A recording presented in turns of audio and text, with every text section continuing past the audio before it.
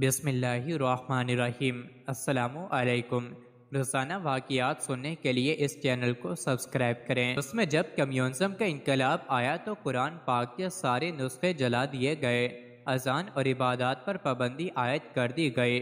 بڑے منظم اور سرکاری سطح پر پورے روس میں یہ اعلان کر دیا گیا کہ جس کے پاس سے بھی قرآن کے نسخے برآمد ہوئے اسے پھانسی دے دی جائے گی۔ 70 سال تک رشین مسلمانوں نے نہ قرآن دیکھا نہ قرآن پڑھانے والوں کو دیکھا، لیکن اس حال میں بھی اللہ تعالیٰ نے قرآن کی حفاظت ایسے فرمائی کہ جو مسلمان دیکھ کے قرآن پڑھا کرتے تھے وہ اب ایک دوسرے سے زبانی قرآن یاد کر رہے تھے۔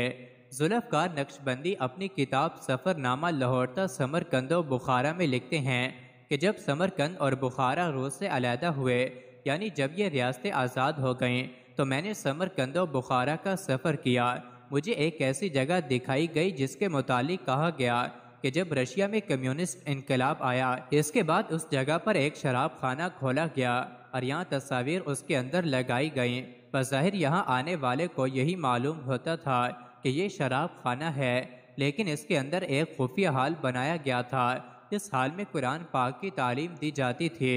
6 ماہ کا ساز و سامان اس حال میں رکھ دیا جاتا اور پھر بند کر دیا جاتا تھا۔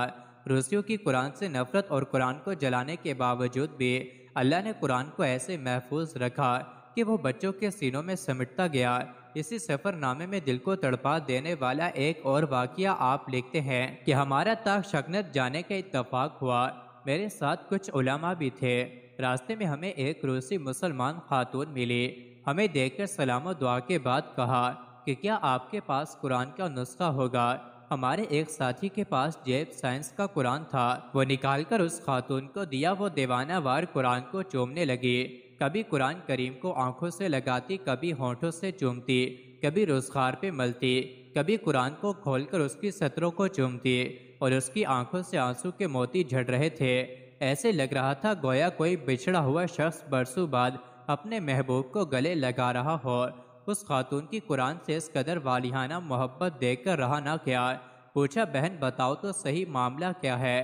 خاتون کہنے لگی 39 سال ہو گئے ہیں، قرآن کو ایک بار بھی نہیں دیکھا تھا۔ مسلمان گھرانے میں پیدا ہوئی، والدین سے سنا تھا قرآن کے بارے میں، لیکن دیکھا نہیں تھا۔ خواہش تھی کہ دیکھوں تو صحیح جو قرآن میرے رسول اللہ صلی اللہ علیہ وسلم کے سینہ اطہر پر نازل ہوا تھا وہ ہے کیسا ہے۔ آج جب پہلی بار قرآن کا نسخہ دیکھا تو اپنے جذبات پر قابو نہ پا سکی۔ ہاتھ میں لیتے ہی اس کی روحانیت میری روح تک سرایت کر گئی۔ مزید ایسے ہی ویڈیوز کے لیے چینل کو ضرور سبسکرائب کریں۔